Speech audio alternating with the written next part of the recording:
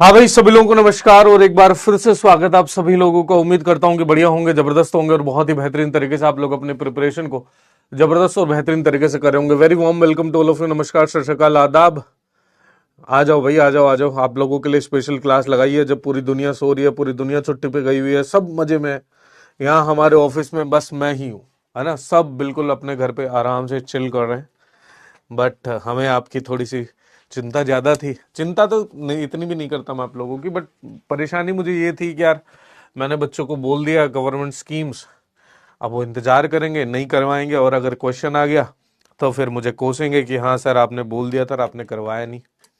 So these are basically older schemes. Older मतलब relevantly 5-10 साल पुरानी स्कीम्स है। क्योंकि सीएपीएफ में भी देखोगे और पिछली बार सीडीएस एनडीए का भी अगर आप देखोगे ना, तो वहां जो क्वेश्चन आए ना पुरानी स्कीम्स पर ओरिएंटेड क्वेश्चन ज्यादा है, और वो बड़े फ्लैगशिप स्कीम्स है। तो उनको मैं करवा देता हूँ। आखिरी क्लास है क्या सर? हाँ जी, आखिरी क्लास है आप लोगों की। मेरी आखिरी नहीं है, मेरी तो चलती ही रहती है।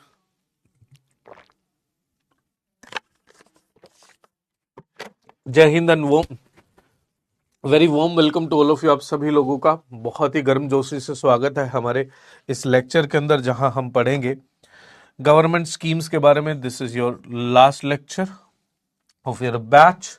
आपके बैच का ये अंतिम क्लास है। चले जी, चालू करें कहानी। इससे पिछले वाली क्लास में हमने क्या करा था? इससे पिछले वाली क्लास के अंदर we talked about NITI Aayog. NITI Aayog और प्लानिंग कमीशन के बीच का एक बेसिक सा डिफरेंस देखा था हमने। We talked about NITI Aayog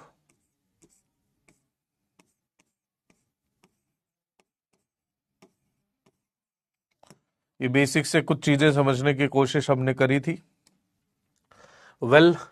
आज हम गवर्नमेंट स्कीम्स के बारे में बात करेंगे। और ये कौन सी स्कीम्स होंगी, कौन सी गवर्नमेंट स्कीम्स होंगी?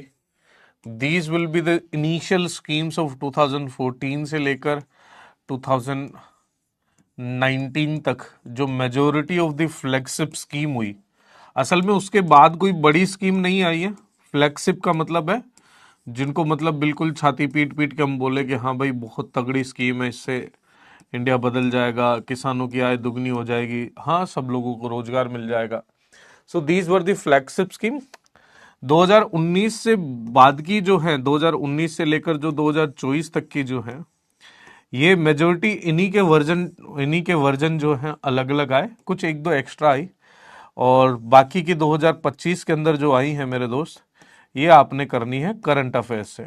ये आपकी करंट अफेयर्स की क्लास के अंदर हो भी गया होगा, और नहीं हुआ तो हो जाएगा। तो ये करंट अफेयर्स के मामले में 2025 वाला। तो अपन दोनों इसको टारगेट कर रहे हैं आज की क्लास में, 2014 से 19 तक की। ठीक है जी। सर कल रियल टेस्ट का ऑफलाइन पेपर है, कल आप सेंटर पे आओगे ना? चलो ठीक है, देखते हैं। सर आपकी बहुत याद आएगी इस क्लास के बाद, इसलिए हमें नैना के बारे में बता दो। देखो, असल में नैना के बारे में आज आपको सारी चीजें मैं चलो लास्ट में बताता हूँ। पहले क्लास देखो। सबसे पहले समझते हैं भाई प्रधानमंत्री जनधन योजना। मेरे बच्चे, 3 स्कीम है, 3-4 स्कीम है ये। कौन कौन सी? इनको बिल्कुल इनमें डिटेलिंग आपको ध्यान देनी है।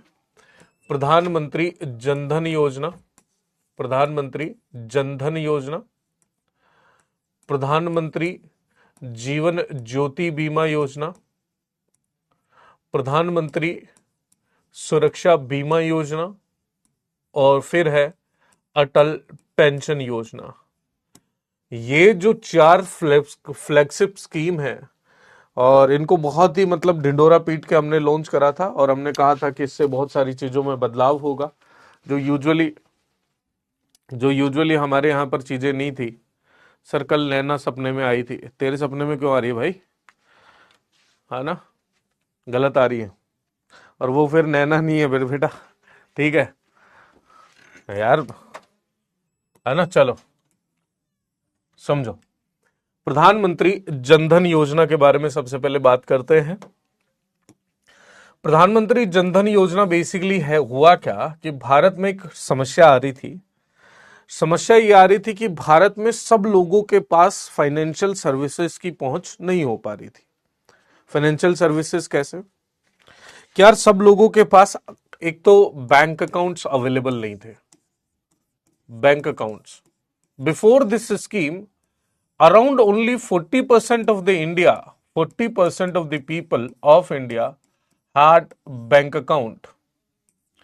यानी कि पूरी जो भारत की जनसंख्या है उसका लगभग केवल 40% जनसंख्या के पास बैंक अकाउंट थे। और ये बैंक अकाउंट यूजुअली जो हुआ करते थे बेसिकली अपर मिडिल क्लास के पास, अपर मिडिल एंड रिच वाला जो है ना, अमीरों वाला, उनके पास हुआ करते थे। अब दो यहां पर समस्याएं आ रही, एक तो जो लोअर मिडिल क्लास है, लोअर मिडिल क्लास, और एक जो पुअर क्लास है, गरीबों वाली जनसंख्या जो है, पुअर क्लास, इनके पास बैंक अकाउंट नहीं थे। And because they don't have the bank account, that is why they does not enjoyed or does not took participation in various financial services. इसके कारण से उनके पास फाइनेंशियल सर्विसेज की रीच नहीं थी, यानी कि वित्त सेवाओं तक उनकी पहुंच नहीं थी। आप कहोगे सर इन्हें वित्त सेवाएं क्यों चाहिए? मेरे बच्चे, अब ये लोग तो बिल्कुल बैंक से जाते, बैंक से लोन ले आते, अब इनको पैसे की जरूरत पड़ती। अगर इनको पैसे की जरूरत पड़ती तो वही जमींदारी ओल्ड ट्रेडिशन, लाला के पास पैसे लोन में रख दिए, फिर उसको छुड़ाने के लिए लोग जा रहे हैं एंड सो फॉर्थ, काली पहाड़ी के पीछे। सो पूरी स्टोरी वही चल रही थी। यहां फिर जो मनी लेंडर्स हैं वो इन्हें लूट रहे थे, मनी लेंडर्स इनका एक्सप्लॉयटेशन कर रहे थे, हायर इंटरेस्ट रेट ले रहे थे, और बहुत सारी जैसे सर्विसेज, जैसे कि इंश्योरेंस जैसे सर्विसेज का ये फैसिलिटीज का फायदा नहीं उठा पा रहे थे। तो ऐसे में बहुत सारी कमेटी बनी थी, और इसमें एक बड़ी जो कमेटी बनी, उर्जित पटेल साहब उस समय डिप्टी गवर्नर हुआ करते थे, उर्जित पटेल साहब। लेटर ऑन रघुराम राजन साहब के बाद में उर्जित पटेल साहब आरबीआई के गवर्नर भी बने, उसके बाद Shaktikanta Das and now Sanjay Malhotra, whatever his name is. तो एक उर्जित पटेल कमेटी बनी। उर्जित पटेल कमेटी ने एक मामले को टैकल किया। मामला था फाइनेंशियल इंक्लूजन का, वित्तीय समावेशन का। फाइनेंशियल इंक्लूजन क्या होता है? Financial inclusion is a phenomenon, एक ऐसा फिनोमिना जिसके द्वारा by which every person of the society has access and मतलब reachability and opportunity of the financial services given by the banks.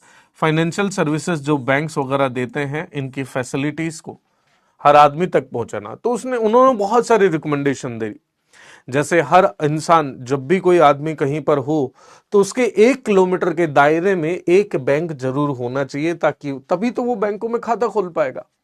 Correct बात है। तो पहली चीज तो फाइनेंशियल इंक्लूजन की मामला बन रहा था। पहला किस चीज का बन रहा था? फाइनेंशियल इंक्लूजन का, वित्तीय समावेशन का, कि भाई इनके पास फाइनेंशियल सर्विसेज नहीं पहुंच पा रही थी। दूसरा, अब जो भारत में जो गरीब थे जिनको सब्सिडी दी जा रही थी, अब यहां पर डायरेक्ट बेनिफिट ट्रांसफर का सोच रही थी सरकार। क्या सोच रही थी? डायरेक्ट बेनिफिट ट्रांसफर का। असल में जो सरकार सब्सिडी देती थी, सरकार जो छूट देती थी, उसको बीच में ही लोग उसका फायदा ले जा रहे थे, आम आदमी के पास वो पैसा नहीं पहुंच रहा था। तो ऐसे में डायरेक्ट बेनिफिट ट्रांसफर करने के लिए आपका जो खाता था, क्या नाम था? आधार सबके लिए आधार खुलवाए, ठीक है, और इस आधार को मोबाइल से कनेक्ट किया, ठीक है। अब हमारे पास मोबाइल था, आधार कार्ड था, आधार फॉर ऑथेंटिकेशन, जिसमें उसके बायोमेट्रिक्स हैं, बायोमेट्रिक्स वगैरह डिटेल्स वगैरह सारी हैं, और मोबाइल नंबर, ताकि उसका कनेक्टिविटी रहे।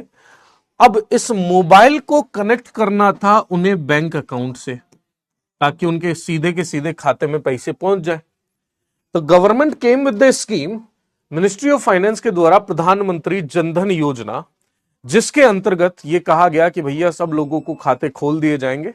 There is no need to मतलब एक्सटेंसिव केवाईसी करने की जरूरत नहीं, हर आदमी का खाता खोलो। ये बैंकों को भी दिशा निर्देश दे दिए गए। And it's date, launch date was 28 अगस्त 2014। 28 अगस्त 2014 को ये स्कीम लॉन्च कर दी जाती है। Please remember that year and date objective क्या था? National mission for financial inclusion for every household to ensure access to every household access to financial services, namely banking, savings, deposits, accounts, remittance, credit, insurance, pension and affordable manner. अब इसके द्वारा इन्होंने क्या किया, जो account खोले उनको बोला गया जनधन खाते। क्या बोला गया? जनधन अकाउंट। गरीब आदमी के जो खाते खोले गए जनधन अकाउंट। ये नॉर्मल अकाउंट से कैसे थे? अलग हैं। नॉर्मल अकाउंट से इसलिए अलग है मेरे दोस्त, इनके अंदर एक तो जीरो बैलेंस वाले अकाउंट है, यानी कि इनमें जीरो बैलेंस रहेगा तो आप पर कोई ब्याज नहीं लगेगा, इसलिए इनको नो फ्रिल अकाउंट कहते हैं। क्या बोलते हैं? नो फ्रिल अकाउंट बोलते हैं। दूसरा, इनकी केवाईसी बहुत एक्सटेंसिव केवाईसी नहीं करी गई, नो योर कस्टमर, यानी कि बहुत सारे डॉक्यूमेंट्स नहीं लिए गए। तो एक यहां पर एक ट्रिनिटी बनाया। Sir you are not explaining clearly, I have too many doubts. अरे तो पूछोगे, बिना पूछे बता दूं या आप मुझे बताने दोगे?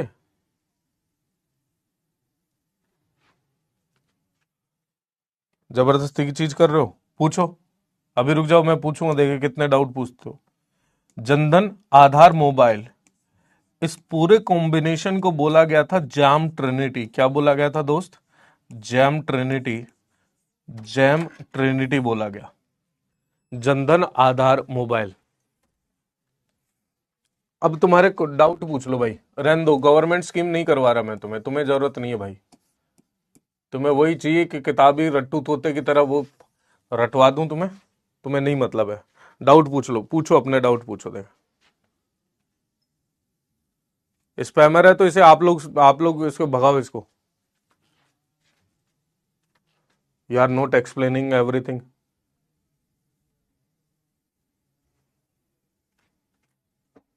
सिलेबस खत्म होने के बाद लेता है कोई टीचर क्लास? क्यों ले रहा हूं मैं? ऐसे भावेश वीडियो कॉल, इतने ही अगर वीडियो कॉल की आपको तत्परता है तो कोई वीडियो कॉल नहीं कर पाएगा आपके साथ।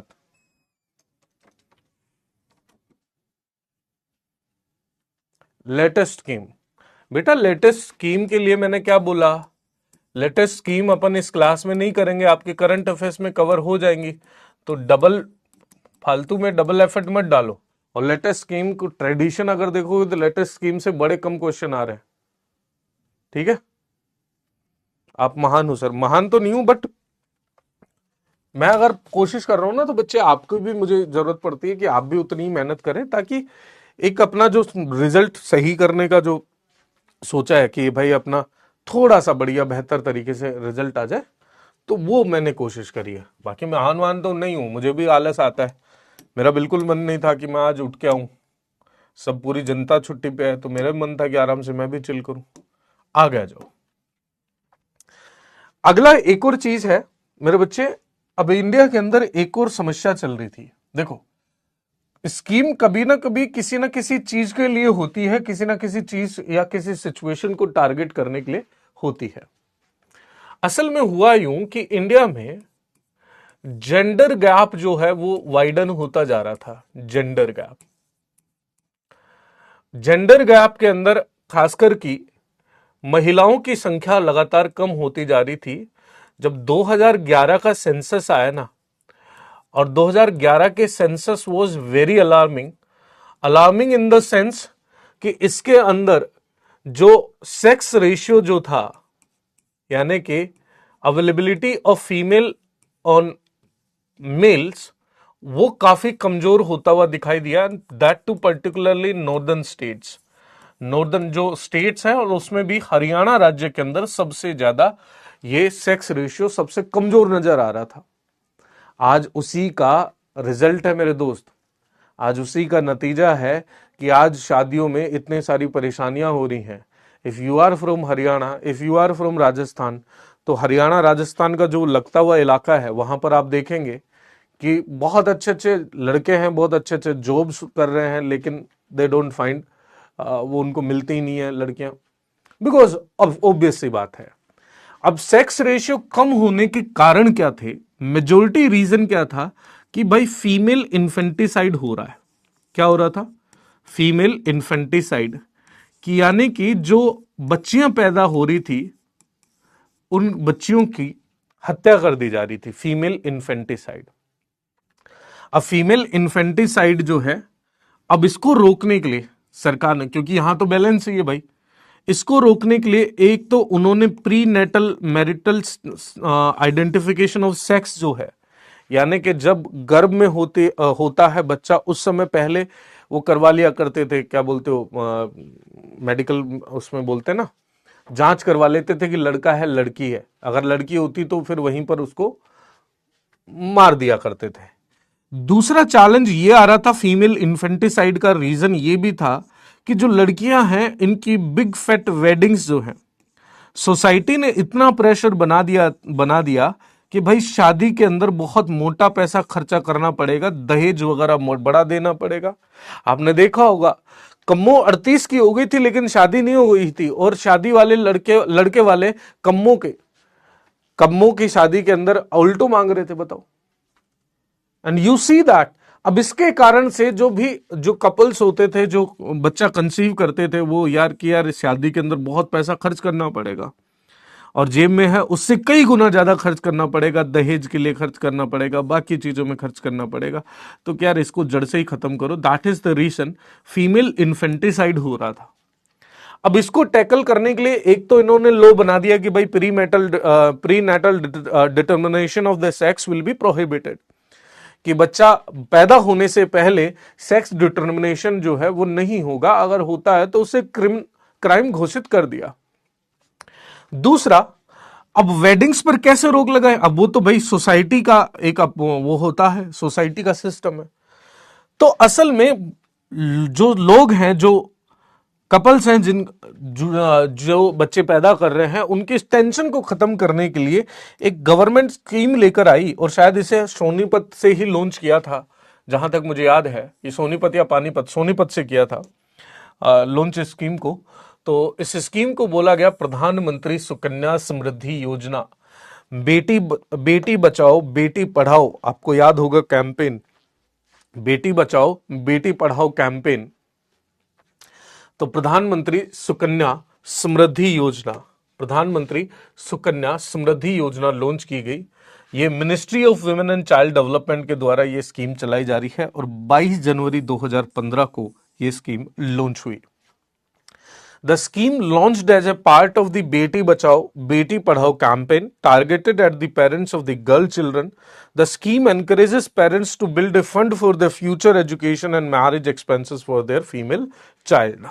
तो जो माता पिता को टेंशन रहती थी, एक तो भाई पढ़ाने के अंदर पैसा जाएगा, फिर अपने घर पे तो काम नहीं करेगी, क्यों, फिर तो बेटी तो पराया धन है ना, तो पराया धन है तो फिर वहां जाके कमाई करेगी फालतू में, तो इसलिए इस सिस्टम को ही खत्म करो। That these two major things, शादी और पढ़ाई, इसको टैकल करने के लिए ही बेटी बचाओ बेटी पढ़ाओ कैंपेन चलाया गया और प्रधानमंत्री सुकन्या समृद्धि योजना चलाई गई। अच्छा, ये स्कीम में हो क्या रहा है वो मैंने आपको नहीं लिखा, क्योंकि वो आपके एग्जाम पॉइंट ऑफ व्यू से काम का नहीं है, but I will tell you nonetheless. होता यूं था कि इसके अंतर्गत और जो भी बच्ची होती थी उसके नाम का बैंक के या पोस्ट ऑफिस में अकाउंट खुलेगा, और उस अकाउंट पर अच्छा खासा ब्याज मिलेगा, और आफ्टर 18 ईयर्स, जब वो 18 साल की हो जाएगी तो अच्छा खासा उसे अमाउंट मिलेगा उसकी शादी और बच्चों उसकी पढ़ाई के लिए। So this was the system, ठीक है। फिर आ जाओ प्रधानमंत्री मुद्रा योजना, एक और इंडिया का मेजर सेक्टर। मेजर सेक्टर क्या है? इंडस्ट्रीज को देखें तो इंडस्ट्रीज में कुछ इंडस्ट्रीज होती हैं जिन्हें बोलते हैं एमएसएमईज। क्या बोलते हैं? MSME, micro small medium enterprises, micro small and medium enterprises. You must be wondering, जब भी गवर्नमेंट बात करती है एमएसएमई, जैसे इस बार के बजट के अंदर भी एमएसएमईज पर बहुत ज्यादा फोकस देने की बात की गई, बट कभी आपने ये सोचा हो कि सर एमएसएमई पर इतना क्यों ध्यान दे रहे हैं? ये क्या है? ये छोटे बिजनेसेस हैं। अगर इंडिया में 90% वर्कफोर्स की मैं बात करूं, 90% लोग जो काम करते हैं, जो काम यानी कि जो बेसिकली एम्प्लॉयमेंट करते हैं, एम्प्लॉई है, 90% लोग छोटी कंपनियों में ही काम करते हैं। 90%। आप अपने शहर में देखोगे, अपने गांव में देखोगे, आपको बड़ी कंपनियों में बहुत लिमिटेड लोग मिलेंगे सर। ठीक है, अब इसमें एमएसएमई के कुछ फायदे हैं। देखो, एक तो 90% ऑफ द वर्कफोर्स, दूसरा ये विलेज इकोनॉमी पर बेस्ड होते हैं, यानी कि ये दूर दराज के इलाकों में होते हैं, तो विलेज इकोनॉमी के लिए भी अच्छे हैं। तीसरा, they are large in numbers, बहुत सारे हैं, लार्ज इन नंबर्स, बहुत संख्या में बहुत सारे हैं, लार्ज इन नंबर, तो यहां ज्यादा से ज्यादा लोगों को नौकरी भी दे सकते हैं, ज्यादा से ज्यादा गांव का भी स्टैंडर्ड ऑफ लिविंग आप इंप्रूव कर सकते हो, ओवरऑल इकोनॉमी की जीडीपी को इंक्रीज कर सकते हो। अब एमएसएमईज को दिक्कत क्या आ रही थी? एमएसएमईज को इजी लोन नहीं मिल रहा था, लोन लेने में समस्या आ रही थी। तो ऐसे में बैंक उन्हें ठीक से लोन दे, इस पर नजर रखने के लिए एक बैंक बनाया गया, मुद्रा बैंक। कौन सा बैंक बनाया गया? मुद्रा bank, micro units development and refinancing agency. Micro units development and refinance agency, refinance agency, इसको बोलते हैं मुद्रा। एक बैंक बनाया गया और इस बैंक को बोला कि आप सभी बैंकों को और जो बाकी कॉमर्शियल बैंक्स वगैरह जो हैं, इन पर नजर रखो। एक तो ये इनको लोन दे अलग अलग तरह के, और इनके पास पैसे नहीं है तो फिर इनको फाइनेंस दो, इसीलिए रीफाइनेंसिंग एजेंसी बोला गया। अच्छा, एक चीज याद रखना, मुद्रा बैंक इज अंडर नाबार्ड। ये किसके अंदर में है? इसकी पेरेंट ऑर्गेनाइजेशन कौन है? नाबार्ड है। और यहां पर मुद्रा स्कीम के अंदर तीन तरह के लोन यहां पर दिए जाते हैं। एक शिशु लोन, छोटे लोन जो होते हैं ना, 50,000 रुपए तक के लोन, इसको बोलते हैं शिशु लोन। फिर किशोर लोन, 50,000 से लेकर 5 लाख तक। फिर होते हैं तरुण लोन, 5 लाख से 10 लाख तक का लोन। तीन तरह के लोन यहां पर जोड़े गए, शिशु लोन, किशोर लोन और तरुण लोन। ठीक है, ये थी आपके प्रधानमंत्री मुद्रा योजना, मिनिस्ट्री ऑफ फाइनेंस। और 8 अप्रैल 2025 को 8 अप्रैल 2015 को ये चलाई गई, micro units development and refinancing agency. The purpose of Mudra is to provide funding to the non-corporate small business sector. The small businesses, startups or entrepreneurs can avail loans from 50,000 to 10 lakh to start, grow their business under 3 schemes: Shishu loan, Kishore loan and Tarun categories of the scheme. 3, ठीक है।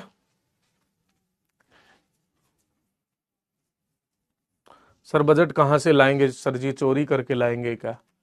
हाँ, गंदी आदत पड़ेगी negative सोचने की है। ये बजट कहां से लाएंगे? ये पैसा कहां से लाएंगे? ये देगा। ये कहां से लाएगा? नाबार्ड देगा।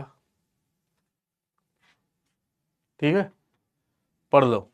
प्रधानमंत्री, अगला जो प्रधानमंत्री जीवन Jyoti Bima Yojana, again a great scheme. India के अंदर खासकर की the people who are living below poverty line. अब हमने जनधन खाता तो खोल दिया था, लेकिन insurance was also a thing of far, यानी कि ये दूर का ढोल हो रहा था। लोगों के लाइफ इंश्योरेंस जो है वो काफी कम है। असल में जब मृत्यु हो जाती है जब किसी परिवार में, तो लाइफ इंश्योरेंस नहीं हो जाने के कारण परिवार गरीबी से और गरीबी के अंदर चला जा रहा था।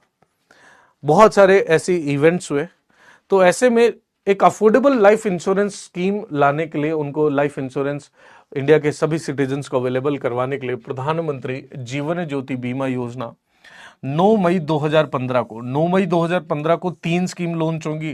प्रधानमंत्री जीवन ज्योति बीमा योजना, प्रधानमंत्री सुरक्षा बीमा योजना, अटल पेंशन योजना।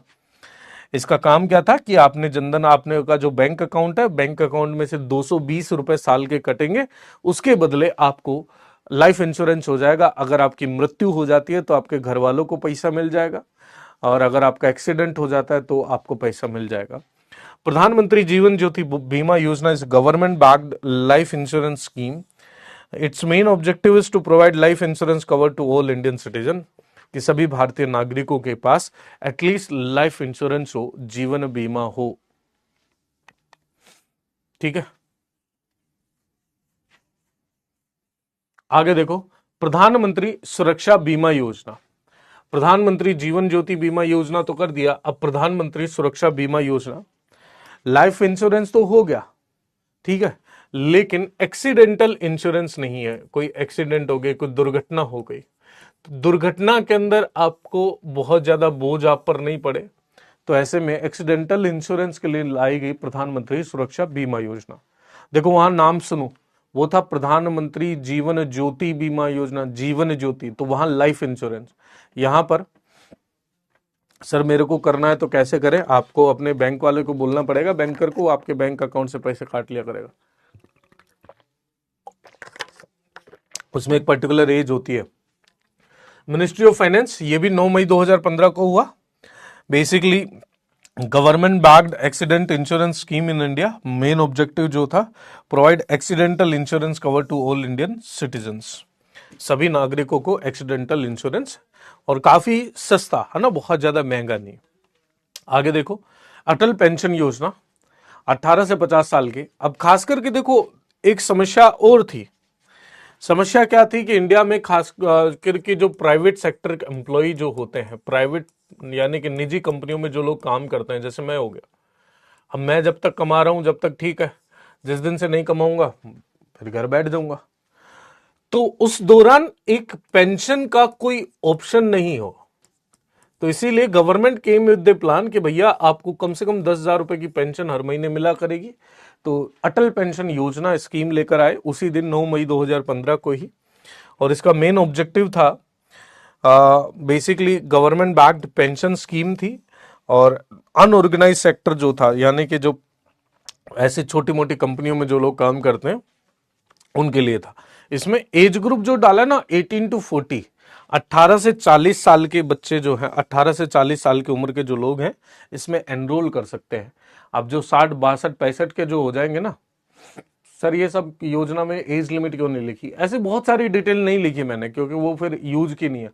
नहीं तो फिर एक ही स्कीम पूरा आधा घंटा पढ़ाने में क्या मतलब है ना। बेसिक ईयर याद रखो, किसने लॉन्च किया इतना याद रखो। अगर इससे ज्यादा पूछेगा तो 99% बच्चों को नहीं आएगा, तुम्हें भी नहीं आएगा, डोंट वरी अबाउट दैट। ठीक है, तो and is open to all citizens between the age of 18 to 40 years. फिर आया प्रधानमंत्री आवास योजना। प्रधानमंत्री आवास योजना एक रिवैम्प्ड नेम है, एक बदला हुआ नाम है। 1985 में जब राजीव गांधी भारत के प्रधानमंत्री थे, तो दे ही केम विद द स्कीम, वो एक स्कीम के साथ आते हैं, और स्कीम का नाम था इंदिरा आवास योजना। इस योजना के अंतर्गत क्या किया गया कि those peoples who are living under BPL, जो गरीबी रेखा से नीचे रहने वाले जो घरेलू लोग, जो घर हैं, इन लोगों के पास पक्का मकान नहीं था। नो, दे डोंट हैव पक्का हाउसेस। तो अब पक्का हाउस की सर जरूरत क्या पड़ती है, पक्का घर रहता है तो भैया बारिश हो, आंधी हो, तूफान हो, ओले हो, आप सुरक्षित रहते हो, आपका सामान सुरक्षित रहता है, आपकी संपत्ति की सुरक्षा होती है, जानवर का डर नहीं होता। So all these are basically benefits of pucca houses. और भाई जीवन जीना, अच्छा जीवन जीने के लिए, डिग्निफाइड जीवन जीने के लिए एक अच्छा घर भी तो होना ही चाहिए। तो इनको पक्का घर बनाने के लिए एक फाइनेंशियल हेल्प, फाइनेंशियल ग्रांट देने के लिए, फाइनेंशियल ग्रांट, वित्तीय ग्रांट देने का यहां पर इन्होंने सोचा, और इसके साथ आई इंदिरा आवास योजना। इसी योजना का 2015 में नाम बदल कर दिया गया प्रधानमंत्री आवास योजना। कौन से मिनिस्ट्री के अंतर्गत आती है, तो ये ministry of housing and urban affairs के अंडर में, ministry of housing and urban affairs MHU के अंडर में आती है। 25 June 2015। Scheme envisages this vision of housing for all. असल में गवर्नमेंट का एक विजन था कि 2022 तक सभी लोगों के पास घर होंगे, housing for all. Under the scheme interest subsidy on purchase, construction, extension and improvement of the houses given. प्रधानमंत्री आवास योजना। ठीक है सर, चेंजमेंट करना होगा तो स्कीम्स वो गवर्नमेंट करेगी, अपन लोग तो करेंगे नहीं। आगे आ जाओ, सांसद आदर्श ग्राम योजना, एक और बेहतरीन योजना। 2014 में जब सरकार बनती है तो सरकार ने क्या कहा, जितने भी सांसद थे, जितने भी मेंबर ऑफ पार्लियामेंट थे, इन एमपीज को बोला गया कि भैया आप एक एक जो गांव है वो आप गांव को आप अडॉप्ट करेंगे। Adoption, adopt a village. एक गांव, शुरुआत में पहले साल में एक गांव आप अडॉप्ट करेंगे, उस गांव को बहुत अच्छे तरीके से आपको डेवलप करना है, जिसके अंदर सारी सुविधाएं अच्छी होंगी, बेहतर इंफ्रास्ट्रक्चर होगा, और इसे बोलेंगे आदर्श विलेज। दूसरे साल में 2 गांव लेने हैं, तीसरे साल में 3 गांव लेने हैं। इस बेसिक ऑब्जेक्टिव के साथ सांसद आदर्श ग्राम योजना यहां पर लॉन्च की गई, मिनिस्ट्री ऑफ रूरल डेवलपमेंट, याद रखना है इसमें। 11 अक्टूबर 2014 को यह स्कीम लॉन्च हुई। फोकस क्या था, development of model villages called Adarsh Gram. The program was launched by the Prime Minister of India on birth anniversary of Jayaprakash Narayan Saab on 11th of October 2014. अब यहां पर एक एक MP को एक एक गांव अडॉप्ट करना था, लेकिन अभी हाल ही में मैं एक रिपोर्ट पढ़ रहा था, इस रिपोर्ट में 50% एमपीज ने भी ये गांव गोद नहीं लिए। They didn't adopt a single village, 50% of the MPs। खैर बहरहाल अपना क्या, प्रधानमंत्री फसल बीमा योजना। देखो अगेन, इंडिया में क्या क्रॉप इंश्योरेंस था सर? ऐसा नहीं है कि नहीं था, लेकिन इंडिया में जो क्रॉप इंश्योरेंस था, एक तो नेचुरल एक्सीडेंट्स को कवर नहीं कर रहा था, दूसरा फसल उगाने से पहले प्री, यानी कि ड्यूरिंग सीडिंग टाइम, बीज डालते समय उसको कवर नहीं कर रहा था, और पोस्ट हार्वेस्ट को भी वो कवर नहीं कर रहा था। पोस्ट हार्वेस्ट यानी कि आपने कटाई कर दी। असल में नुकसान क्या होता है ना, अगर आप ग्रामीण परिवार से हो तो आपको समझ में आएगा, अगर आप विलेज से हो या किसान हो तो समझ में आएगा कि यहां फसल हो गई। अब फसल होने के बाद जब किसान उसे काट लेता है तो काटने के बाद वो धान वहीं पड़ा रहता है, 2-4 दिन सुखाना भी पड़ता है वही उसे। अब उस समय बादल जरूर आएंगे, है ना, ये जो तुम्हें अच्छे अच्छे लगते हैं ना कि मैं नाचू छम छम छम छम, ये बारिश करेगा, ओला गिरेंगे या कुछ ना कुछ होगा और ये नुकसान हो जाता है। तो पोस्ट हार्वेस्ट को लेकर भी कोई इंश्योरेंस नहीं था, सिर्फ और सिर्फ इंश्योरेंस जो स्कीम्स थी वो क्रॉप फसल को दे रही थी। प्री क्रॉप भी नहीं था, सीडिंग के दौरान आपने करा, बारिश हो गई, वो पानी के अंदर बह गया बीज, वो वाला भी इंश्योरेंस में कवर नहीं था। और पोस्ट हार्वेस्ट, काटने के बाद खेत में ओले पड़ गए, वो भी कवर नहीं था। तो इसी के लिए क्या किया गया, ministry of agriculture and farmer welfare द्वारा 2014 में 11 अक्टूबर 2014 को आती है प्रधानमंत्री फसल बीमा योजना। ऑब्जेक्टिव क्या था, इंश्योरेंस कवर देना है to rabi and kharif crops, and financial support to the farmers in case of damage of the crops. It plays NAIS, National Agriculture Insurance Scheme, MNAIS scheme को इन्होंने रिप्लेस कर दिया, and it also covered both the crops, है ना, रबी और खरीफ दोनों को इसमें कवर कर दिया गया। इससे पहले दोनों को कवर नहीं कर रहे थे। दूसरी चीज प्री सीडिंग या प्री क्रॉप और पोस्ट हार्वेस्ट वाला भी इसके अंदर कवर नहीं होता था। तो एक एक्सटेंसिव, एक कंप्रिहेंसिव स्कीम यहां पर आती है। प्रधानमंत्री ग्राम सिंचाई योजना, नाम से ही पता चल रहा होगा, प्रधानमंत्री ग्राम सिंचाई योजना। बेसिकली इरिगेशन हर गांव के अंदर, बेसिक जो मेजॉरिटी जो समस्या आ रही है, लो वाटर टेबल जाता जा रहा है ना, लोअरिंग वाटर टेबल, जो वाटर टेबल था वो कम होता चला जा रहा है। वाटर टेबल तो समझते हो ना, समझते हो नहीं समझते हो मेरे बच्चे? जैसे ये जमीन है, अब इस जमीन के अंदर आप छेद करते हो और फिर पानी निकलता है, तो पानी किस लेवल तक था, ये लेवल अब नीचे जाता जा रहा है, नीचे जाता जा रहा है। तो नीचे जो पानी आ रहा है उसमें मिनरल्स ज्यादा आ रहे हैं, वो पानी भी खतरनाक आ रहा है। पानी भी कम हो गया तो इरिगेशन कम हो गया तो एग्रीकल्चर कम होगा, एग्रीकल्चर कम होगा तो फिर सारी समस्याएं हो जाएंगी। इसीलिए प्रधानमंत्री ग्राम सिंचाई योजना जो है ये irrigation water to each and every agriculture field in the country to boost agriculture yield, ताकि एग्रीकल्चर प्रोडक्शन पूरी दुनिया पूरे भारत के अंदर बढ़ पाए, इसलिए प्रधानमंत्री ग्राम सिंचाई योजना 1 जुलाई 2015 को ये आती है। आगे आ जाओ, प्रधानमंत्री गरीब कल्याण योजना। प्रधानमंत्री, अच्छा इसका ये मैंने डिटेल गलत लिख रखी है।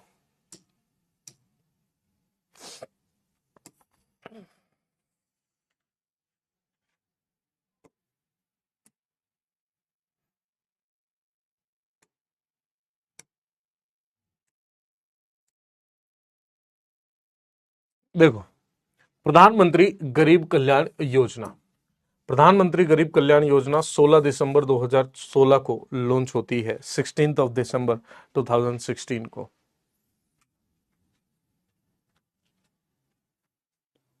हाँ भाई, क्या हुआ आप में लड़ाई कैसे चल रही है, पहले तो तुम बताओ।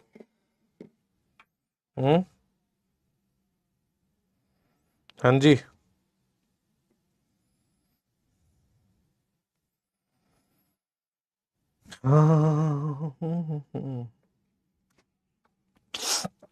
हाँ जी, प्रधानमंत्री गरीब कल्याण योजना क्यों बनाई गई? जो basically the people who are living under below poverty, यानी कि बीपीएल जो परिवार है, BPL families, BPL families, daily wages वाले जो लोग हैं, दिहाड़ी मजदूरी करने वाले जो लोग हैं, इनको खाने की दिक्कत नहीं आए, है ना, इनको बाकी चीजें अवेलेबल करवाई जाए, अनाज उपलब्ध कराया जाए वगैरह वगैरह, तो इसके लिए प्रधानमंत्री गरीब कल्याण योजना चलाई गई और 2016 के अंदर ये चलाई गई थी और अभी भी चल रही है। चलो, प्रधानमंत्री Jan Aushadhi Yojana, again major challenge था सरकार के सामने मेजर चैलेंज क्या था? चैलेंज ये था कि जो मेडिसिन थी, दवाइयां जो है, ये बड़ी महंगी पड़ रही है। तो ऐसे में एक आम आदमी जब इलाज करवाने जा रहा है ना, तो मेडिसिन बहुत हाई प्राइस की उसे मिल रही थी और इसके कारण से इलाज महंगे हो रहे थे। इलाज महंगे हो जाने के कारण बड़ी परेशानियां हो रही थी। तो इसलिए गवर्नमेंट केम विद कि भाई आपको मेडिसिन चाहिए ना, तो मेडिसिन आपको सस्ती मिलेंगी, लेकिन इसके लिए हम कुछ सेंटर्स खोलेंगे जिनको बोला गया जन औषधि केंद्र। क्या बोला गया? जन औषधि केंद्र की हम सरकारी दवाइयां यहां पर मिलेंगी और सस्ती दवाइयां मिलेंगी in comparison to outside market. इसको बोला गया जन औषधि केंद्र और उसी के लिए प्रधानमंत्री जन औषधि योजना चलाई गई 2015 1 जुलाई को, department of pharmaceuticals. Its aim was to provide quality medicines at affordable prices to the masses through special केंद्र known as प्रधानमंत्री भारतीय जन औषधि केंद्र। प्रधानमंत्री जन औषधि केंद्र has been set up to provide generic drugs, इसमें जेनरिक दवाइयां मिलेंगी, available at lesser prices but are equivalent in quality. Quality में कंप्रोमाइज नहीं किया जा रहा वहां पर, लेकिन आपको सस्ती दे रहे हैं दवाई। And efficacy as expensive branded drugs, जैसे कि महंगी दवाइयां होती हैं वो जितनी एफिशिएंट होती हैं उतनी ही एफिशिएंट ये दवाइयां भी हैं। सर 2025-26 के लिए फ्यूचर स्कीम्स कोई बात नहीं करते सर जी। अभी कल लाल किले से सरकार ने 2-3 स्कीम का नाम तो लिया है, देख लेना एक बार, है ना। फिर आया मेक इन इंडिया। इंडिया के अंदर एक और बड़ी समस्या कि भैया इंडिया के अंदर सामान नहीं बन रहा है, इंडिया बहुत सारा इंपोर्ट कर रहा है। अब इंपोर्ट हम करते हैं तो बहुत सारा पैसा हमारा चला जाता है, कमाया हुआ पैसा। भाई कोई भी चीज इंपोर्ट करेंगे तो बाहर की कंपनी से करेंगे तो पैसा तो उसके पास चला गया। तो हमने क्या स्कीम लगाई? हमने ये स्कीम लगाई, तिगड़म लगाई कि भाई कुछ सेक्टर्स हैं, मैन्युफैक्चरिंग को हमें 10% की ग्रोथ रेट से बढ़ाना है और इंडिया के अंदर ही ये फैक्ट्रियां लगानी है। तो मेक इन इंडिया स्कीम, जिसका लोगो जो था आपने देखा होगा, एक गरारी का सा फोटो है, लोगो आपने देखा होगा ऐसा सा, है ना, और फिर उसके अंदर लायन है, शेर है, आपने देखा होगा, बंगाल टाइगर है वो। Make in India ministry of finance 25 सितंबर 2014 को लॉन्च हुई to encourage national as well as multinational companies to manufacture their products in India and create jobs and skill enhancement in 25 sectors. इसमें टारगेट कितने sector करे गए थे? 25 sector किए गए थे। आगे चलो, मेक इन इंडिया स्कीम ये सबको पता होगी। स्वच्छ भारत अभियान, भारत में सैनिटेशन की बड़ी समस्या, सफाई नहीं होने और ओपन डेफिकेशन होता था, लोग खुले में शौच करने के लिए जाते थे, उसके कारण से बीमारियां, बहुत सारी बीमारियां फैलती थी। और साथ में जो महिलाएं थी उनकी डिग्निटी पर भी वो सवाल था, महिलाओं की सम्मान को भी ठेस पहुंच रही थी और अ, बहुत सारे अनवांटेड चीजें हो रही थी सोसाइटी के अंदर। तो स्वच्छ भारत अभियान लाया गया, ministry of drinking water and sanitation rural areas, ये रूरल एरियाज में ये मिनिस्ट्री, और शहरों में ministry of housing and urban affairs. 2 अक्टूबर गांधी जयंती को 2014 को, to keep the streets, roads and infrastructure of the country's statutory cities and towns and its rural areas clean and fulfil Mahatma Gandhi dream of clean and hygiene India. इसी में जो basically toilets बनाने की बात की गई वो स्वच्छ भारत अभियान के अंतर्गत ही की गई। सर मेडिसिन के पीछे इंग्लिश में क्यों लिखा रहता है कि although it is manufactured in India? हाँ, मतलब यूजुअली जैसे फार्मास्यूटिकल में India is one of the, I think, second और third largest country in the world. लेकिन इंडिया के अंदर जो हम दवाइयाँ बनाते हैं, दवाइयों में डलने वाले केमिकल्स हैं, we usually imported from China. आगे जाओ, किसान विकास पत्र, बेसिकली ये गवर्नमेंट स्कीम्स है जिसके अंदर सेविंग सर्टिफिकेट दे दिए जाएंगे। सेविंग सर्टिफिकेट क्या होगा? एक सर्टिफिकेट होगा, इस पर प्राइस लिखी होगी 10,000 रुपए, ठीक है। तो आपको आज दे दिया जाएगा ये 5,000 रुपए के अंदर, आज भेज दिया जाएगा, और 20 साल, 50 साल, 20-25 साल बाद में आपको इसके 10,000 रुपए मिल जाएंगे। तो छोटी छोटी आपकी सेविंग भी हो जाएंगी, सरकार को पैसा मिल जाएगा, आपको अच्छा खासा ब्याज मिल जाएगा। किसान विकास पत्र इसका नाम था। 3 मार्च 2015 को ये रिलॉन्च हुआ, उससे पहले भी चलता था, फिर बंद कर दिया गया था। 1988 के अंदर ये लॉन्च किया गया था। जो पोस्ट विभाग होता है ना, आप जानते हो ना? जानते हो नहीं जानते हो? पोस्ट ऑफिस जानते हो ना? तो पोस्ट डिपार्टमेंट ने ये लॉन्च किया था, ठीक है। Based on the recommendation of Shyamala Gopinathan committee, basically close कर दी गई थी। Provide safe and secure investment avenues to the small investor, छोटे छोटे जो निवेशक होते हैं। फिर आया डिजिटल इंडिया स्कीम।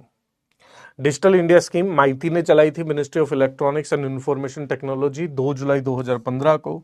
इसके अंतर्गत की जो गवर्नमेंट सर्विसेज जो है, गवर्नमेंट सर्विसेज का कोई एग्जांपल देगा? गवर्नमेंट सर्विसेज जैसे आपको इनकम सर्टिफिकेट बनवाना है, जैसे आपको कास्ट सर्टिफिकेट बनवाना है, तो ये सर्विसेज आपको ऑनलाइन डिजिटली ही अवेलेबल हो जाए, ताकि आपको एक तो जगह जगह धक्के नहीं खाने पड़े, और दूसरा करप्शन के केसेस इसके अंदर कम हो जाते हैं। तीसरा, गवर्नमेंट सर्विसेज जो हैं, उन गवर्नमेंट सर्विसेज की यहां पर आप इनको ट्रेस कर सकते हो कि यहां, इसलिए गवर्नमेंट ऑफिसर्स की अकाउंटेबिलिटी भी रहेगी, और एक खुले में सबको पता चलेगा कि भैया ये बनाया है इन्होंने, नहीं बनाया। तो ट्रांसपेरेंसी और अकाउंटेबिलिटी तय करने के लिए डिजिटल इंडिया यहां पर बात की गई। To ensure the government services are made available to the citizens electronically by improved online infrastructure and by increasing internet connectivity by making the country empowered in the field of technology। अच्छा, ऐसे ही गांवों को एक fibre net programme भी चलाया, जिसमें fibre net programme क्या है? फाइबर नेट स्कीम के अंतर्गत जो पंचायत हेडक्वार्टर्स हैं, उनको हाई स्पीड इंटरनेट से कनेक्टिविटी देने के लिए, ताकि गांव के अंदर भी इंटरनेट कनेक्टिविटी हो और वहां पर भी चीजें पहुंच पाए। सर जीडीपी फिस्कल डेफिसिट नहीं पढ़ा है, नहीं पढ़ाऊंगा, तुम्हारे काम की चीज नहीं है, वो सीडीएस में काम की आती है। जीडीपी डेफिसिट, फिस्कल डेफिसिट वगैरह ये आपको नहीं पूछता। अब पूछेगा तो पहली बार पूछेगा, और सबके लिए पहली बार पूछेगा, है ना। ऐसे तो इकोनॉमिक्स बहुत बड़ा है मेरे दोस्त, आपको इंटरनेशनल इकोनॉमिक्स भी नहीं पढ़ा है, आपको वेलफेयर इकोनॉमिक्स भी नहीं पढ़ा है, आपको पॉवर्टी इकोनॉमिक्स भी नहीं पढ़ा है, आपको एग्रीकल्चर इकोनॉमिक्स भी नहीं पढ़ा है, आपको तो बहुत इकोनॉमिक्स का तो ई पढ़ा है सिर्फ। ऐसा मान लो आपको बस गवर्नमेंट आपको जो आपको पूछा जाता है यूपीएससी के द्वारा एनडीए में, केवल और केवल 5 ईयर प्लान ही पूछा जाता है, ठीक है जी। प्रधानमंत्री कौशल विकास योजना, इंडिया के अंदर जवान लोगों की संख्या बहुत बढ़ गई, और हमने छाती पीटना चालू कर दी अपनी कि भैया दुनिया में सबसे ज्यादा जवान लोग हैं, लेकिन अब इनकी नौकरी कहाँ पे लगे? क्योंकि नौकरी देने वाले कह रहे हैं कि इसको कुछ आता जाता नहीं है, और नौकरी लेने वाले कह रहे हैं कि मुझे कोई नौकरी नहीं देता है। तो मेन समस्या जो आ रही थी वो आ रही थी कि स्किल डेवलपमेंट नहीं है, कि जो कंपनी को चाहिए वो इसे आने का नहीं, और जो कॉलेज में सिखाया वो कहीं काम नहीं आने का। कॉलेज में सिखा दिया कुछ अलग और कंपनी में करना पड़ रहा है कुछ अलग। दूसरा, एक और चीज ये थी कि जो लोकल वेंडर्स थे, जैसे कि गांव में मिस्त्री है ना, जो मोटर वोटर सुधार देता है, इलेक्ट्रीशियन है, प्लम्बर है, अब उन्होंने किसी के पास रहकर अपनी ट्रेनिंग कर ली, अपना काम कर रहे हैं, लेकिन वो कहीं पर नौकरी नहीं कर पाते because they don't have the certificates. तो government came with the scheme Pradhan Mantri Kaushal Vikas योजना कि भैया ये जो लोग हैं एग्जिस्टिंग डेली वेज अर्नर्स हैं, जो कि काम करते हैं, जैसे प्लम्बर हो गया, इलेक्ट्रीशियन हो गया, मिस्त्री हो गया, कारीगर हो गया, कि इनको इन केंद्र में इन योजना के अंतर्गत कुछ सेंटर्स बनाए जाएंगे। इन सेंटर्स में इन्हें ट्रेन करेंगे, इन्हें कुछ किट्स हम अवेलेबल करवाएंगे जिस ट्रेड से रिलेटेड है, और इनको एक पर्टिकुलर पीरियड ऑफ टाइम के बाद हम सर्टिफिकेट देंगे so they can apply for the companies, apply for the formal employment. तो इसलिए ये आया था Pradhan Mantri Kaushal Vikas Yojana, skill India development scheme, 16 जुलाई 2015, to encourage aptitude towards employable skills and to increase working efficiency of probable and existing daily wage earners by giving monetary awards and rewards and by providing quality training to them. Sorry.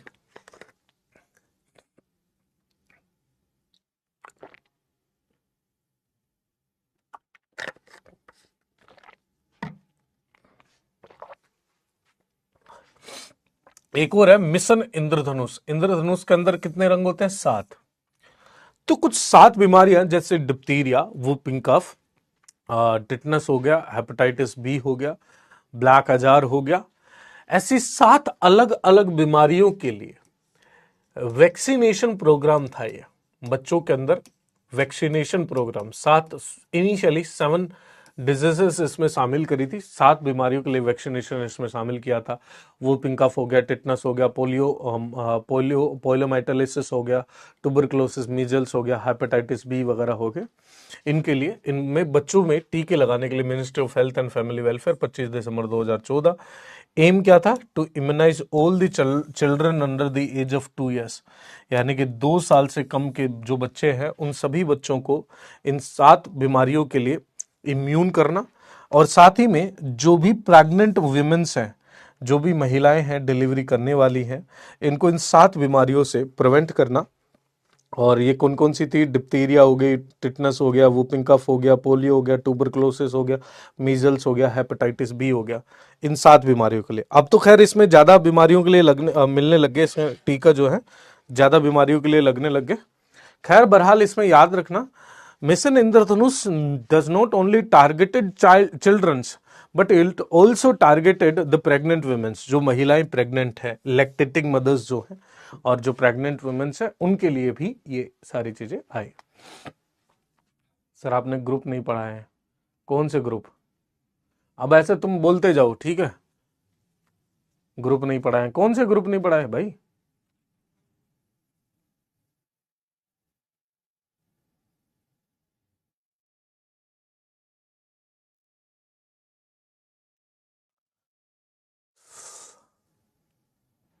सुनो मेरी बात, मैं मेरा कुछ नहीं जाएगा, मैं 20 का क्लास और ले लूंगा, इकोनॉमिक्स ले लेता हूँ। एग्जाम से पहले पढ़ लो, जो सब्जेक्ट काम के उन पे ध्यान दे लो। जितना आता है आपके सिलेबस में उससे 2 गुना मैंने पढ़ा दिया, डबल पढ़ा दिया है। सब्जेक्ट नहीं पढ़ा है ये बिल्कुल सच बात है, क्योंकि सब्जेक्ट नहीं काम का आपका।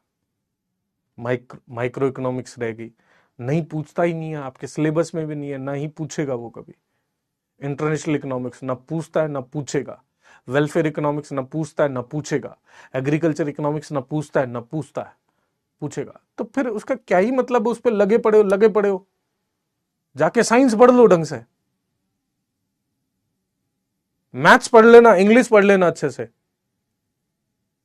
सबसे ज्यादा डिफिकल्टी होने वाली है इंग्लिश में। अगर यहां अपन वाले सब्जेक्ट तो जी के जीएस में बात करें तो साइंस अच्छे से कर लेना, है ना? ये मैं बड़े मतलब आपको वो बड़ी सीरियस तरीके से बता रहा हूं, उन चीजों को पढ़ना बच्चे। इकोनॉमिक्स के चक्कर में यहाँ मतलब लगाना, इस इन क्लासेस में कहीं बस इसी पे लग रहे हो। सर मैंने 5 ईयर प्लान देखा है, बस 5 ईयर प्लान से ज्यादा नहीं आता, 5 ईयर प्लान से आता ही नहीं है बाहर। तो इसीलिए तो क्या, इसीलिए तो ज्यादा करवा दिया मैंने तो आपको ऐसे में। मिनिस्ट्री ऑफ पावर और 25 जुलाई 2015, और इससे भी ज्यादा आ जाएगा तो फिर सबके लिए ज्यादा आएगा, तुम्हारे लिए नहीं। वो तो फिर 99.99% बच्चों के लिए ज्यादा है। 1% हो सकता है कि बच्चा सीडीएस वाला बच्चा एनडीए दे रहा हो, that's totally different story. The scheme design to provide continuous power supply to rural household, गाँवों के अंदर जो ग्रामीण क्षेत्र है वहां पर एग्रीकल्चर कंज्यूमर्स जो हैं उनको रेगुलर बिजली देने के लिए दीनदयाल उपाध्याय ग्राम ज्योति योजना यहाँ पर चलाई गई। और पहले राजीव गांधी ग्रामीण विद्युतीकरण योजना थी, उसको रिप्लेस किया गया। Pandit Deendayal Upadhyay Shramev Jayate Yojana basically industrial development और doing business, ease of doing business index में बेहतर परफॉर्म करवाने के लिए यहाँ पर, और गवर्नमेंट सपोर्ट स्किल ट्रेनिंग, जो काम करने वाले जो लोग हैं वर्कर्स हैं उनको स्किल ट्रेनिंग के लिए दीनदयाल उपाध्याय श्रमेव जयते, श्रमेव जयते से काम आपको समझ में आ गया होगा। Atal mission for rejuvenation and urban transformation, Amrut scheme, basically क्या था, ये जितने भी बेसिक सर्विसेज हैं जैसे कि वाटर सप्लाई हो गया, इलेक्ट्रिसिटी कनेक्शन हो गया, सीवरेज सिस्टम हो गया और बेसिक इंफ्रास्ट्रक्चर, इनको बहुत बेहतर तरीके से डेवलप करना और शहरों को इस लायक बनाना कि उन शहरों के अंदर अच्छे से रहा जा सकता है कई सालों तक। तो Amrut Yojana, Atal mission for rejuvenation and urban transformation, providing basic services, water supply, sewerage, urban transport to household and build amenities in cities which will improve the quality of the life for the people, especially जो लोग गरीब हैं या जिनको जो advantage जिनके पास नहीं है।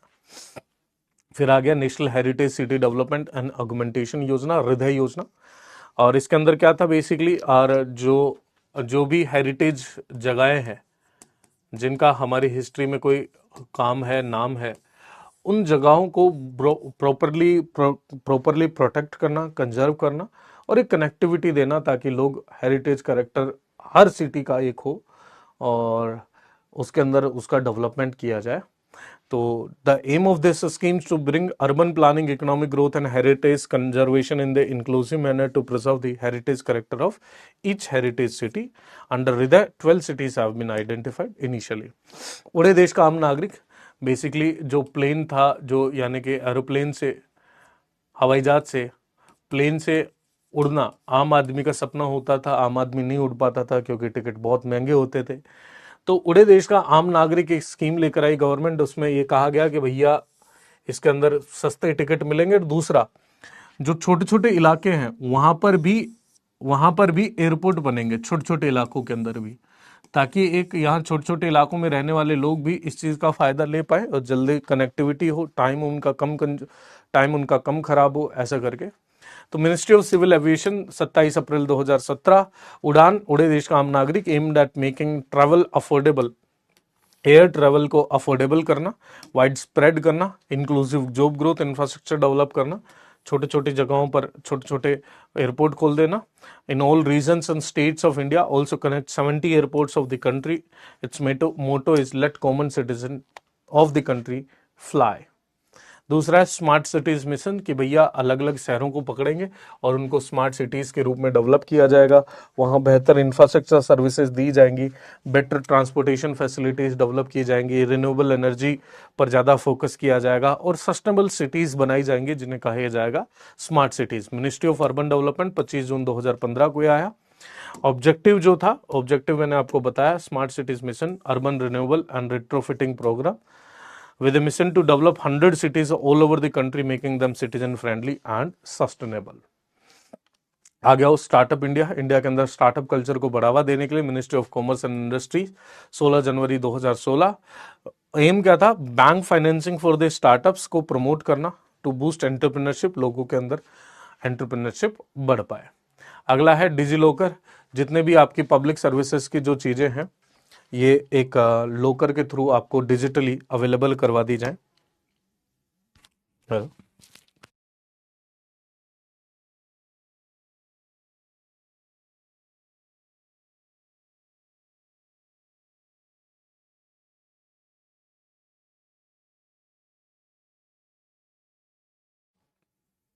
तो ये स्कीम आती है डिजिलॉकर था। इसका एम क्या था? Reducing the need to carry physical documents. जैसे आपकी बहुत सारे चीजें होती हैं, आपका इंश्योरेंस हो गया, आपकी मार्कशीट होगी, आपकी आपका आधार कार्ड हो गया, इन सबको डिजिटली अवेलेबल करवाने के लिए, ताकि पेपर वर्क कम हो, इसके लिए डिजिलॉकर स्कीम आती है। क्लियर है भाई मेरे दोस्त? ये सारी स्कीम है।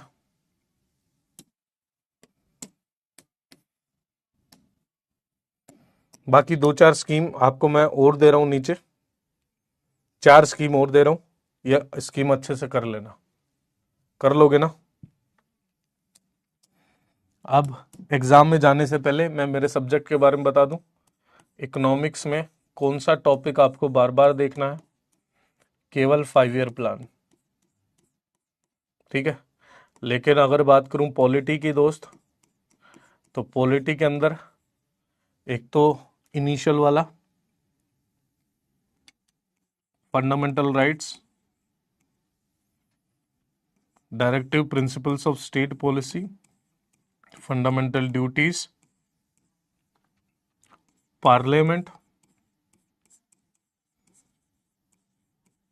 एक पंचायती राज। यहां से क्वेश्चन तो पक्का आएगा पंचायती राज से, ठीक है। ये तो आपको करके ही जाने हैं, बाकी एक्स्ट्रा करोगे अच्छी बात है।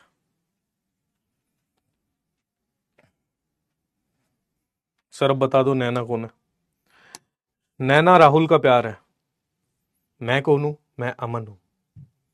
हाँ जी, homework, all the best.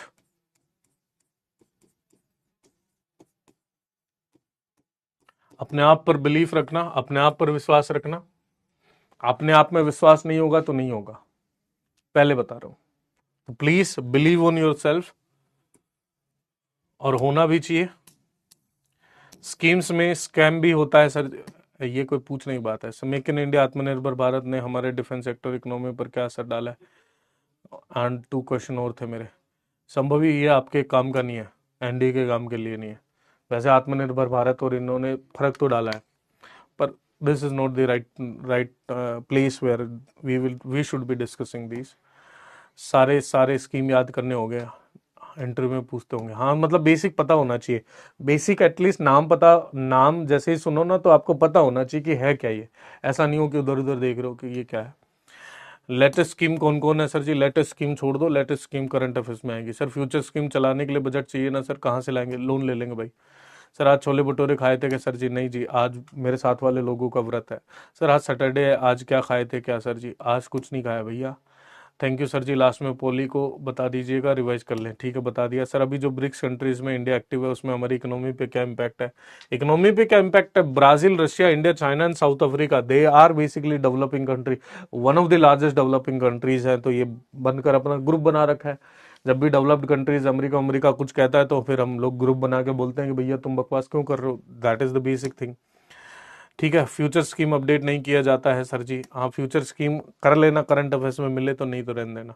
If the government loss the upcoming election then all, ये क्या पूछ रहे हो? Thank you sir, thank you sir. Post office सही में बंद हो गया क्या? अभी चल रहा है ना? अभी है सर। कितना मनी मिलता है?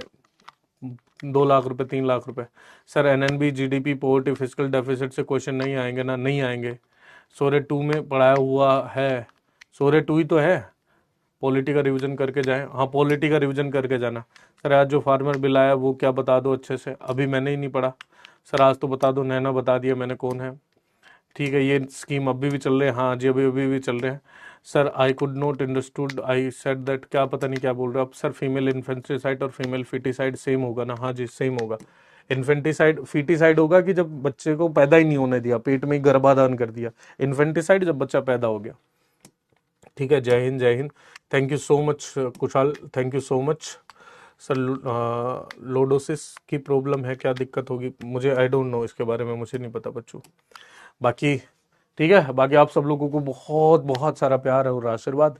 बहुत सारी मेहनत करनी है भाई, मेहनत के अलावा कोई चारा नहीं है। अब रोने से, अब रैकने से कोई फर्क नहीं पड़ेगा, पढ़ना पड़ेगा। बैठो, रिवीजन करो। कमर दर्द होती है, होने दो, भूल जाओ सब, ठीक है। और थोड़ी सी तबियत का ख्याल रखना, क्योंकि अगर तबीयत खराब होगी 3-4-5 दिन खराब हो जाएंगे तो फिर दिक्कत हो जाएगी एग्जाम में, ठीक है। और एग्जाम से पहले एक दिन पहले बुखार जैसा फील होगा, सबको होता है, आधी पैरासिटामोल आधी दवाई ले लेना, थोड़ी सी नींद पूरी लेना उस दिन। जब जाओ तो पेट गुड़गुड़ करेगा, दिमाग में यहाँ दर्द होगा, पीछे दर्द होगा, चॉकलेट ले जाना, चॉकलेट चबा लेना, तो ताकि आपका जो लेवल है ना बॉडी का, शुगर लेवल थोड़ा सा इंक्रीज हो जाए, तो फिर उससे आपके दिमाग में ठीक से चीजें काम करने लगे, ठीक है। इमोशनल हो जाओ सर, मैं क्यों इमोशनल हो जाऊं भैया, मुझे तो अच्छा लगा, आपको पढ़ाकर अच्छी लगा ना, है ना। ऐसे इमोशनल होने लगता था तो आज तक मैं खत्म ही हो जाता, इतने सारे बच्चे पढ़ाए। बाकी इट वाज वेरी गुड, बहुत अच्छा लगा आपके बैच को पढ़ाकर, बहुत अच्छे हैं आप लोग। बस अब सिर्फ और सिर्फ पढ़ाई पर ध्यान देना, फालतू की चीजों पर बिल्कुल ध्यान नहीं देने का। जिसको नहीं पढ़ना मत पढ़ने दो, आप अपना दिमाग लगाइए पढ़ाई के अंदर।